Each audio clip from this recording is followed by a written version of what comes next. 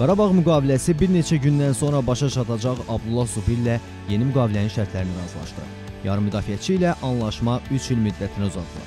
Fransalı futbolçunun yeni müqaviləsi 2027-ci ilin yayına qədər nəzərdə tutulub. O, 2018-ci ildən çıxış etdiyi Ağdam təmsilçisi ilə 5 dəfə Azərbaycan çempionu, 2 dəfə ölkə kubokunun qalibi olub. Zubir bu müddətdə Premyer Liqada 158 oyunda 43 qol vurub. Avrokuboklarda 84 maça çıxan yarım müdafiəçi 14 dəfə fərqlənib. Neftçi mövsümlərarası fasilə dönəmində yeni transferlərini həyata keçirib. Montenegro milli komandasının üzvü 30 yaşlı yarım müdafiəçi Edvin Kuçla 3 illik müqavilə bağlanıb. Ağqaralar millimizin üzvü Emil Səfərovla da 3 illik müqavilə imzalayıb. Qəbələnin yetirməsi olan 21 yaşlı yarım müdafiəçi 2021-ci ildən bu komandanın şərəfini qoruyub və 2023-cü ildə Azərbaycan kubokunun qalibi olub. O, Azərbaycan milli komandasının heyətində 4 oyunda meydana çıxıb.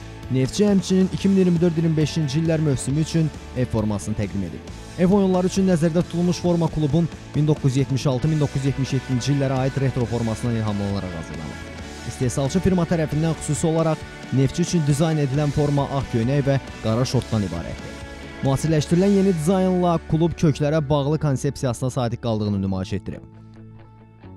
Turan-Tovuzda isə məşqçilər korpusu bəlli olub. Əyalət təmsilçisinin baş məşqçisi Qurban Berdiyevə Cavid Hüseynov və Andrey Matsyura kömək edəcəklər.